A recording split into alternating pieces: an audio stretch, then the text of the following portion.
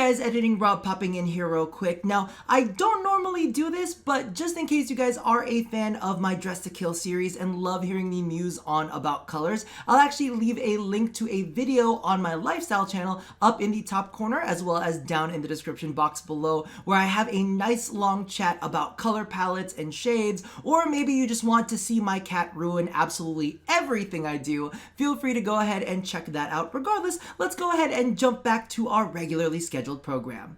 Boop! Hey, what's up my contemptuous little Kamani? This is Rob from Gay Guy Plays, and just as a heads up, while Kamani is a fruit, it's not necessarily one that you want to eat, mainly because of the fact that it's used to make rat poison. Regardless, today on The Daily Grind, we're going to be having an in-depth chat on Kuva Liches as well as the systems that come along with them. Now, upon re-watching the dev stream, just to make sure that I get all of the details ready for you, there was one thing that I had originally overlooked. Now, as many of you guys are fully aware, Melee 3.0 is slated to come out sometime later this month. Now, they didn't necessarily say to what capacity, whether we're going to be getting the first installment of Melee 3.0 or whether we're getting the entire thing. However, what they did state is that Kuva Liches are going to be unleashed around the same time as Melee 3.0. So whether it's going to be 1 week, 2 weeks, or even like a month, I'm not 100% sure, but they said around the same time, so it sounds like we're going to be seeing them a bit sooner than later, which is really, really exciting because there are some systems that go along with it that I'm very, very excited to see implemented. Regardless, let's go ahead and jump on into exactly what a Kuva Lich is. Now, as many of you guys already know, Kuva Liches are Grineer troops that are spiked with Kuva. They're procedurally generated after they are killed by a Warframe, aka their Progenitor. Now, their Progenitor, impacts them in an interesting way where they kind of pull stats. And when I say stats, I don't mean like stats, I mean like what the Warframe is, the actual color palettes of that Warframe, which I'm really, really excited to see because I don't know if they're using default color palettes or whether they're going to be using your color palettes. So if I kill something while I'm wearing rose gold, am I going to have a rose gold Kuva Lich?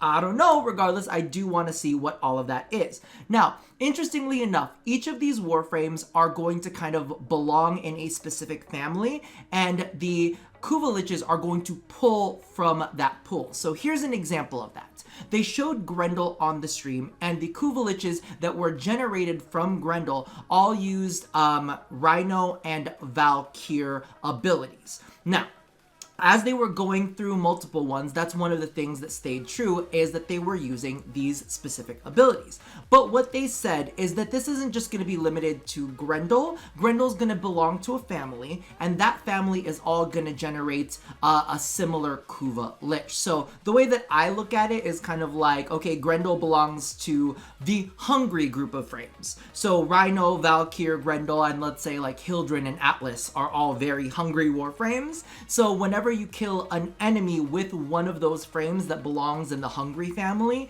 they end up generating a very similar type of Kuva Lich. Then they actually went ahead and showed off Volt. Now, Volt had abilities that were pulled from Volt and Nova. So I'm thinking, this is probably the type of Warframe that watches a lot of PBS documentaries. So that's kind of the family of frames that they belong to. So let's say Volt, Nova, Vauban, Limbo, and Zephyr all belong into the PBS documentary Warframe family, and they will all generate very similar Kuva Liches. Now, one of the things that they did say is that they're kind of starting out with wider groups, and as time goes on, they're going to start adding more and more abilities to the Kuva Liches, which means that the families of these Warframes are going to be a bit more fine-tuned. So let's say instead of just the hungry group of Warframes, it's they're hungry because they have a fast metabolism, which is one, and then there's the hungry from the group that, is just completely gluttonous. So let's say Rhino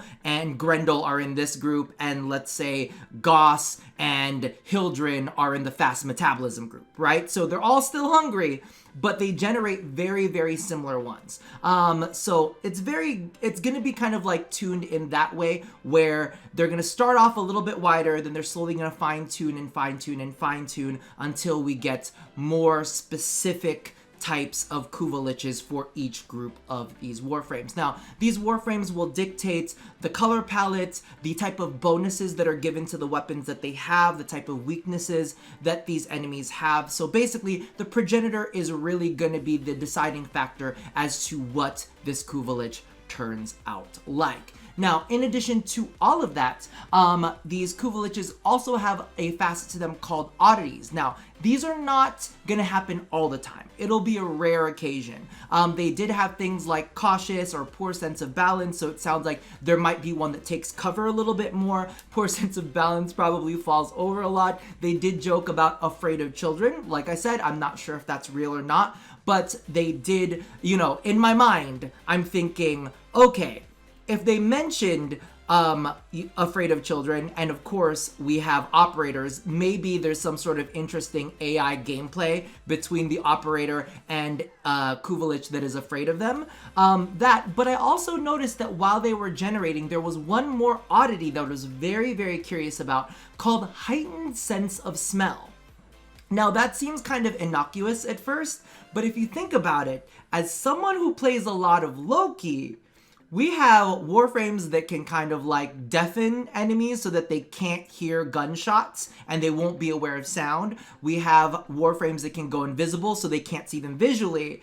But all of those don't necessarily like impact scent. So if there is a Kuva Lich out there with an oddity that has a heightened sense of smell, maybe they're going to be able to smell our invisible Warframes. So I think that that's really interesting gameplay there and kind of gives me a little bit of hope because we've stated a lot that DE has some AI issues with their enemies and a lot of them feel brain dead. And this might be their kind of like foray into testing the waters with different kind of behaviors. So like I said before, whether they take more cover, whether they're aware of invisible enemies, so on and so forth, I think these oddities are going to be a very interesting addition into the personality of these Kuva Liches. Now let's go ahead and talk about the gameplay that actually goes along with them. This one is really, really interesting because they went ahead and zoomed into the map and they showed these red blobs that like formed across a particular star chart. Now, from what I saw, there were about 7 blobs that they had on the screen.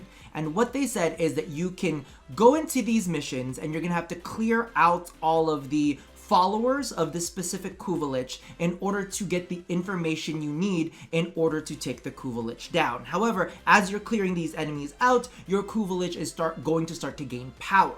So you get the information and that's how you end up killing them. Now, in my head, I don't know how get the information to kill them is gonna be. Whether it's going to be a really, really in-depth system where there are multiple ways to kill Kuva Liches, maybe it turns into different types of boss fights, like what we ended up seeing in the previews with Railjack, is that you had to go in and you have to disable shielding systems so that they, could be made vulnerable so that you can hit them. Maybe that's one way, but I'm hoping that it's not just like, how you go into a mission, you're like, get the information, all right, use that information to kill them, and then it's a very simple, just grab something and then end up going in and fighting them in the next level and just killing them with it. I hope it's not that simple, and I hope that we get a lot of varied Kuva Lich fights. Now, the next thing that I wanted to mention is that all of these blobs are actually going to be treated very similarly to, let's say, Kuva Siphons, Fissure missions, or Syndicate missions, where when you click on a node, it'll actually bring up the option to play the original node or to play the Kuva Lich node. Now, this was kind of said underneath their breath. I didn't hear, this was not something that, shone brightly to me, and I was like, you need to highlight this a little bit more. But basically what he said is that you'd be able to go ahead and select these missions, and it's ranked way up. So clearly, these Kuva Lich missions are going to be a bit more difficult. Now, when they said ranked way up, I don't know whether they're saying, oh, it's a level 15 node and we're going to bring it up to a level 40 node, or they mean it's a level 15 node and we're going to bring it to a level 80 node. That I would be much more interested in, because as you guys know, I like my difficulty to be front loaded instead of having to grind through about an hour of brain dead combat in order to get to something more difficult. So if we're starting off with level 80s, level 100s, Okay, you got my attention, DE. I really, really like that. Now, the last thing that I just wanted to mention about all of this is I'm really, really curious to see how this plays out in the bigger picture of things, because clearly they kind of positioned Kuva Liches as something that you would play in different places, right? So clearly we've got Star Chart play, and then they also showed them out in Railjack. So I'm really crossing my fingers that we get some variety when it comes to the different encounters that we encounter them on. Like, will we be encountering Kuva Lich enemies in Arcwing? Will we be encountering Kuva Liches, you know, out somewhere in, what is it called? In like Lua and all of the kind of like Orokin tile sets. I'm really curious to see the variety of these, because difficult content should be like everywhere. We should be able to explore the star chart and find these kind of like interesting things, and knowing that these nodes are going to be leveled all the way up, really excited, but I want a little variety of that gameplay too. So it's looking promising. Now, the reason we want to fight these Kuva Liches is multiple, not really multiple, I'm gonna be honest with you. It's kind of like singular and then like another just in case thing, is that they all have unique weapons. So every Kuva Lich that is generated is going to create a weapon variant. So it's going to have their name, the base weapon, and then, you know, the Kuva aspect to it. So what we have been seeing is that each of them have a variation of an existing weapon, and then it gets a bonus on them. If I'm going to be completely and utterly honest with you, so far the bonuses seem a little bit bland, and I hope to see more in the future. Because right now, we're just seeing elemental variations. And to be honest, like, okay, cool. They also stated the fact that these weapons could be ranked higher, which means a larger mod capacity, and works really, really well with the new weapon Excellus system that they are considering launching. So think about it this way: you've got more mod capacity on them. You could toss Rivens on them. You could go ahead and also toss an Excellus mod on them to further customize them, which is definitely nice.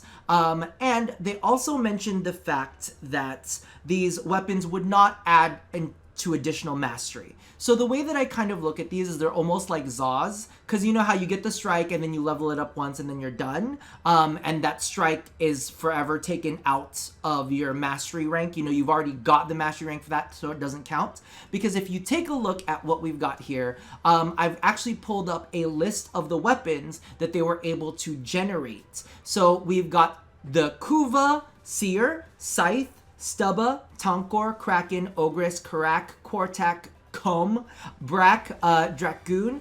All of these ones are going to be Kuva variants of the original, with, of course, unique elemental properties based on the Kuva Lich that was wielding them. They also mentioned that they had Kuva skins per weapon type, so I'm not sure if it's going to be like already on the weapon itself, or it'll be something that we have to purchase. Hopefully it'll just come with the weapon, and we won't have to really worry about picking up anything in the market to be more Kuva-esque. But regardless, all of these weapons do seem to be Grineer weapons, which is great if you like Grineer weapons. However, not everybody really enjoys them. In fact, if I'm looking at this list, the only thing that really screams out to me is maybe the Kortak, maybe like if we get a really, really good version of the Carrick, maybe the Kum. I mean, you can't really say too much bad about Kum, right? So aside from that, those are the only ones that really, really stand out to me. We'll probably be seeing more Grineer weapons, and of course it makes sense because Kuva Liches are based off of Grineer troops. This also makes me think, like, in the future, maybe will we see different variants for different, factions? I don't know, potentially. Now, the other thing that you could do is if you don't want to just slay them, because you have the option to, you know, just destroy them completely, or you can actually go ahead and, oh, I forgot the word, convert. You can convert them into a follower instead of killing them for their weapon. Now, converting them is actually something that will get you aid when you need them. They were very nebulous about what they meant when you need them, but they did mention the fact that it acts very similarly to the Mysterious Stranger perk in Fallout. Now, for those of you guys who don't know, like me, I actually went ahead and looked it up, and basically, there's just a random chance to spawn this enemy somewhere in your mission, and they can potentially just aid you and just shoot enemies. So interesting. I don't know if that's necessarily something that like I'm completely like, oh my god, that's the greatest thing ever. At least that's what the Mysterious Stranger perk is in Fallout. So I don't know if there's going to be a different variant of that here in Warframe, whether they'll end up rezzing you, whether you'll be able to bring in multiple of the enemies that you've converted into a single mission. So you might have like a mini army with you for the time being. They also mentioned the fact that in the Fallout 76 version, depending on which Fallout you've got, you'll either have them there for you for one encounter, or they'll actually be there throughout the rest of the stage. So just keep that in mind when they talk about converting the Kuva Liches. Now, the last little bit that I wanted to go ahead and have a chat about is the fact that there's also a function that is going to be coming out with the clan. Now, as many of you guys know, they did say that there is going to be an event when it came to the clans and stuff like that. They said that on launch, that's probably not going to be a thing, but there is going to be a clan function. So if you guys are in a clan, maybe, you know, start hoarding resources, because apparently the war room is going to be a thing. And the war room is going to be a place where you can actually say, listen, I don't want this Kuva Lich. Does anybody want this Kuva Lich? Because, like, legitimately, I don't necessarily know if I want a Kuva Seer. So, if you want to go ahead and offer up your Kuva Lich for somebody else to take off of your hands and have them deal with it and get the weapon that comes along with it, then that's completely up to you. But it's something that you'll be able to post up in your clan. Now, that makes me wonder of a couple of things. I'm curious. I wonder if they're good, because I'm looking at this and I'm like, I can blow through 7 missions and then kill, you know, a Kuva guy. Like, that doesn't sound very difficult to me. That's like, night's work, cool, let's knock it out, right? But I'm wondering if they've actually bumped up the mission difficulty to the point where it's not something that you can just do in one night, and it's actually going to take some time to take on these Kuva Liches, which to me is a very interesting prospect to say, this is going to take too long, I don't want to have to deal with all of this in order to get, you know, the weapon from them, and that weapon isn't all that great to begin with, so I'm going to offer this up to somebody else. Because in my head, I've always seen Warframe as a dip in, dip out kind of like game. And these days it's like dip in, see if there's anything worth doing, then dip out. You know what I mean? But in this case, it almost sounds like maybe it'll be challenging enough that it takes enough time for us to say, yeah, I don't want to deal with that. You guys have fun with it. Or maybe it's difficult to the point where you're like, yeah, I can't actually deal with it. You guys deal with it. Regardless, it is a curious aspect of the whole Kuva Lich thing. But now that you guys have all of the in-depth information, let me know how you guys feel about all of this Kuva Lichery down in the comments below. Are you excited? Because I got excited when they said, you know, oh, this is gonna rank the mission way up. That's the part that was like, oh, interesting. I'm not really interested in the whole weapon variance thing because the variants that they've provided are not interesting. Like, it's got electricity. I could put a mod on that if I wanted electricity. I mean, like, how much electricity? Are we talking about like a whole second, like, amount of weapon? Like, are we talking about 50% more? Are we talking about 100% more? If you're giving me 10% more, what am I going to use that 10% on? Because really, there's nothing that difficult in this game to get a 10% boost to some of these weapons. I'm just putting it out there. So, I don't know. The whole ranked up thing and the challenge is really what gets me excited. The AI part is what gets me excited. Toss all of your excitedness down in below. What are you looking forward to? What are you not looking forward to? Put that down there as well. Regardless, that's going to do it for me for now. And as always, love somebody, hurt nobody, and touch your body. Also, if you have not checked out my second channel, definitely do that. There'll be a link in the end card. You'll be able to see all that there too, because I've been playing around there as well. So I'll see you guys next time. Bye-bye.